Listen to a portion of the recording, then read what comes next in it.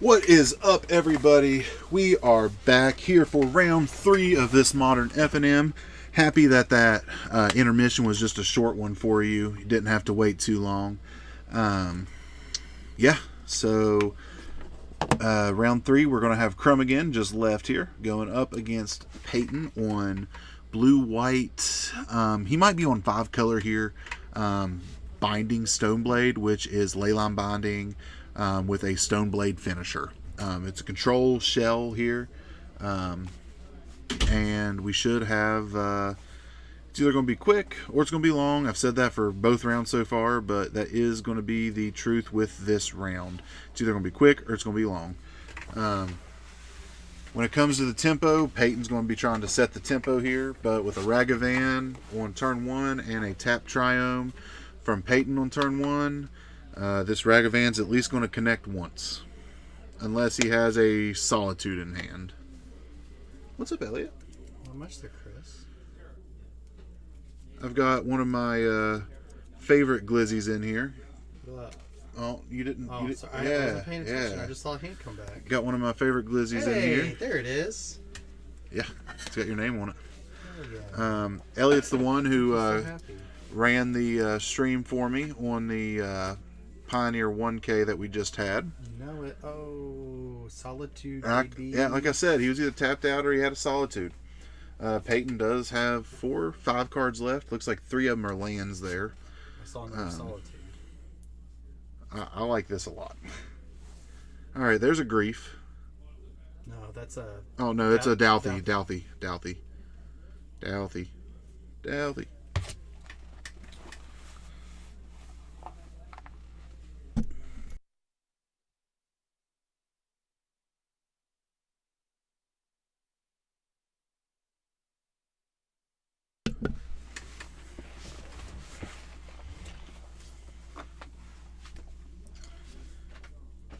Squeezing that person in there, too. So we are going to be swinging in with the Douthie here. Going down to 19. Peyton fetches.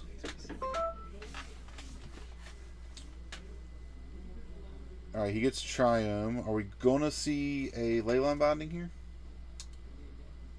Maybe? He's got 5 mana, or 5 types there. I would assume.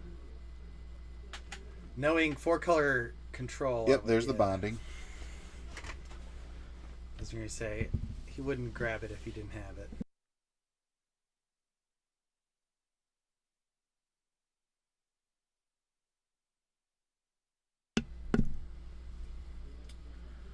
Alright, Crumb into a Spyro, and it gets counterspelled. It's alright, Spyro can do something from the grave when he gets 5 mana. Yeah. Looks like Peyton was taking some pointers from over the weekend. He's playing a lot faster than he usually does.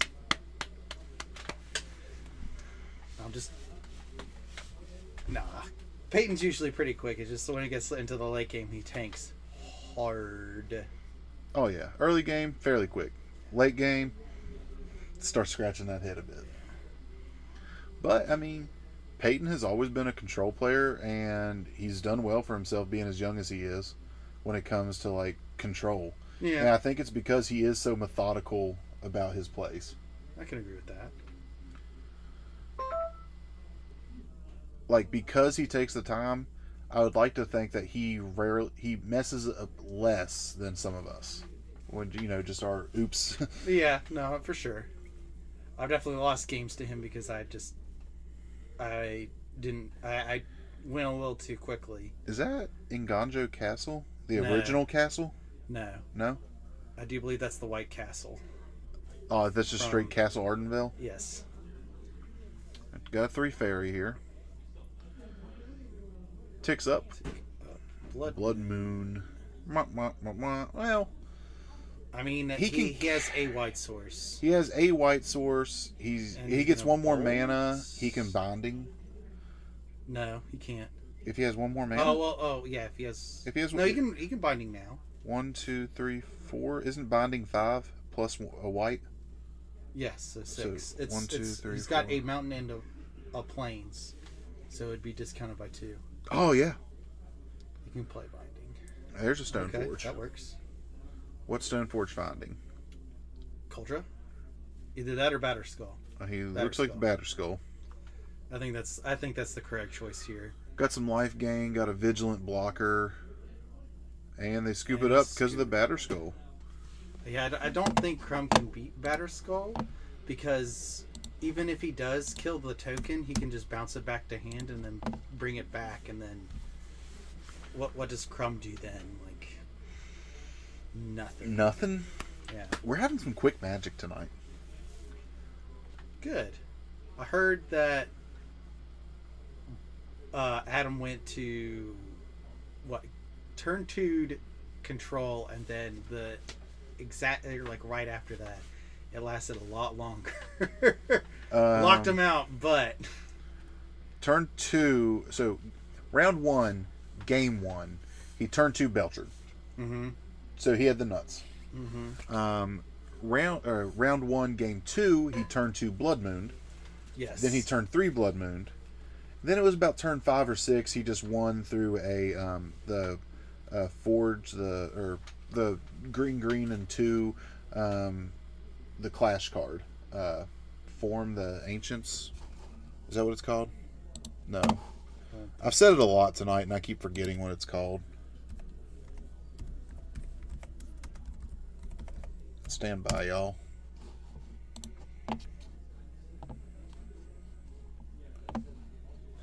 Recross the paths. Green and 2. Yeah, so it was like turn 5 or 6. He ended up doing the recross the path, stacking his deck. Had a reforge the soul, and the Angels. I believe it was the Angels. He just explained the combo to him, and he was like, "Okay, yeah, you got it." So, what was beautiful though, round 1, game 1, was that the main board packed a negation that got the counter spell. He went to counter the Belcher, and he went, "Nope, packed." Yep. That was beautiful. That was... I did not see that coming, at least in the main board. Mm-hmm. Alright, looks like Peyton has some force and negations there. Trying to see what else. Both these players repping the blue sleeves tonight. So I was going to say that's where all the night blue went, but... Also, peep this new playmat we're using tonight. I do like it. It's very thematic for the Lord of the Rings set. It is beautiful. We're going to be repping these until the next big set, I presume. It's a good idea. I like them. I wonder where he gets the art from. I wonder where he gets the art from, and also where he gets them made. Well, I'll have to find out, because these are not inked gaming mats. These are high, like, not dissing ink gaming. I used ink gaming for a lot. But these mats are super high quality. Like, I do love inked gaming. I use them for a lot. But these mats are amazing. And it might even be in that bottom little corner there. Well, that might be where he got the art from. I don't know if that's exactly where he got them made at.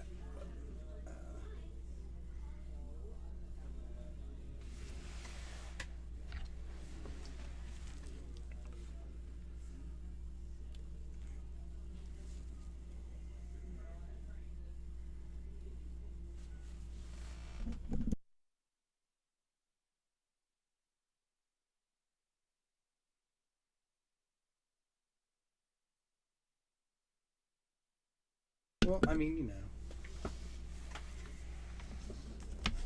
most people are going to be here for gameplay, so I know when I see a game of Magic going, I don't. I'm like, all right, what's going on? Yeah. Ooh, all right. Is that Geist Saint Trapped? I see. Peyton loves him some Geist. So Solitude, boy. Geist, double land. Oh no, okay. He's got a fetch and an island. He's got a fetch and an island. I was going to say that was bold. I know he's a well-seasoned Magic player, but my God. There's another grief. Got a grief. Thoughtseize into a grief. He's probably going to get... I assume he's going to scam it. I mean, Crumb is looking at a turn 1, disrupt your hand by 3 here. he's got 2 white cards in hand. I think you wait for the evoke trigger. You wait for him to at least attempt to scam it. And then if he doesn't scam it, just in response to the evoke trigger. He has 2 solitudes and a white card. That's all that matters. Because he takes 1 solitude. You can still solitude it. Yeah, he takes a white card here. That's all that matters. Or he just says, go ahead and get it out of here. I don't know. I think you at least attempt, he knows what's in his hand. You take the Geist. 100%. You take the Geist, Crumb. 100%. Yeah, you take the Geist. He can't be Geist either. He can only block Geist. No, yeah, you can only kill Geist through combat. Dash Monkey. Exiled, it looked like a prismatic ending. Got Peyton fetching, I would assume for a Triumph here. Yep. Good old Raw Grind Triumph. The Triumph of Jeskai. Yep.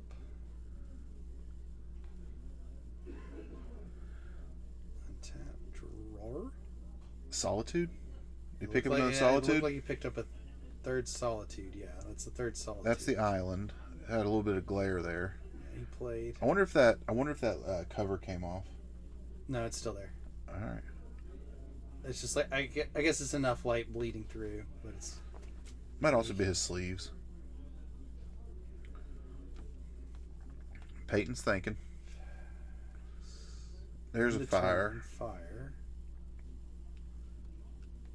17 all. Oh, Mystic Gate.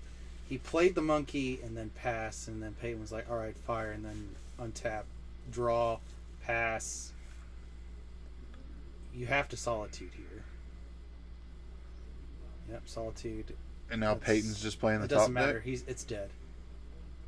Even if you... Right, but Peyton's playing the top deck here, and Crumb still has a card in hand. Yeah, and he just showed it to him. It's a scam card.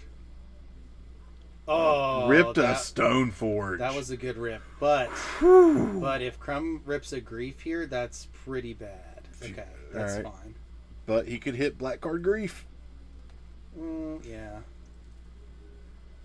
Looks like he hit a Fable and a land. Fable and a land. That's pretty good for him though. But this Cauldra, that's going to be a clock that Crumb can't really deal with. It is currently a 3-turn clock. Yes. No. 4-turn clock. Yes. Yep. He didn't even put it in vertically. He just went straight horizontal. Yep. He said, this thing coming in sideways. Cauldra was coming in hot. I mean, it has trample, so there's not really any point in saving that 1 point of damage. No. I think at this point, Crumb just wants to kind of race him here a bit, right? Yes. Is the Spyro and the Elemental going to be quick enough to race the Germ? No. No. I can tell you 5 beats 2 every day of the week. If he finds another Stoneforge Mystic, this game's absolutely 100%. Oh, yeah, nail in the coffin. Because he can get Stoneforge search and then activate with the other one. Yeah. Which is one of my absolutely favorite things to do in a Stoneforge tag. I've got to do it a couple times. It's a lot harder in Modern than... Well... It's just, there's so much removal. I mean, it's just... there's even more removal in Legacy, let's be real. I've very rarely gotten to do it in Legacy. You're lucky. If the reason you always get Batterskull off of Stoneforge Mystic is so you know you can cast it. Right.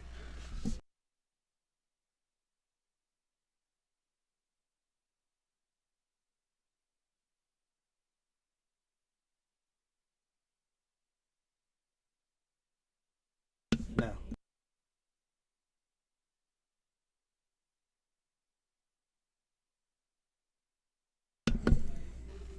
It's mostly for like a Reanimator or Dark Depths. Turbo Depths. Alright, Fable and 2, deciding what to pitch here. Oh no, we had chapter 3? I missed the pitch then, my bad. It looks like you pitched the scam card, which was the good idea. They're playing awful loose and quick here, so hard to net out. Crumb's at 4.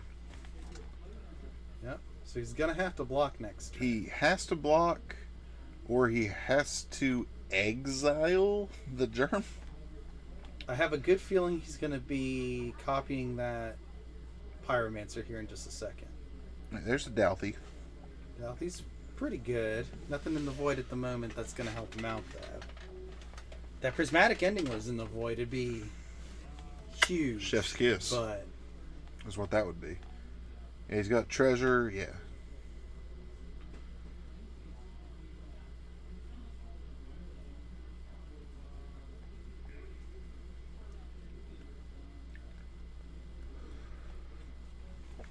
tap 5 mana. Solitude. EOT. That's a good hit. All right, Yep. so we have 1, 2, 4 power to block with. I mean, You just swing Germ here. why not swing the Well, Solitude? yeah, you can swing Solitude too. That's fine, but Go up to 12 life. like he has to block the Germ no matter what. You got a Stoneforge back to block. Yeah, you keep the Stoneforge back. You can swing with Solitude, and there you go. You got this, Come on, Peyton. buddy. Don't think so hard. You got it. You're right. Turn him sideways. Be as aggressive as you were when that Cauldron first came into play. Turn it sideways. You're not going to lose it. I wouldn't have done that with the Stoneforge. Interesting choice. We also don't know what he has in hand. True. Okay, that's about what I expected. Goes to 1. What did you block the Cauldron with? I think he just took the Cauldron because he was at 6. Oh, I thought he was at. No, the Solitude okay. gained him the life. That's right. Up that's to right. 6. Yeah. Okay, that makes way more sense. And Well, I mean, he's got essentially an unblockable. Yep. Is that it? That was it. That's it. That's it. Well, Good. The Sanctifier Invec was unblockable there, so that was GG. Good job, Peyton. Yeah. Way to bring a Stoneforge deck into the round 4 at the top tables. Do it quickly. Yeah, and quickly. Yeah. So that being said, y'all, we are going to go check on a couple more rounds. We've had some quick modern tonight. So we're going to go check on some more rounds, see how they're doing. Maybe try to find a bonus match for you if they're not too far into it. And we will be right back.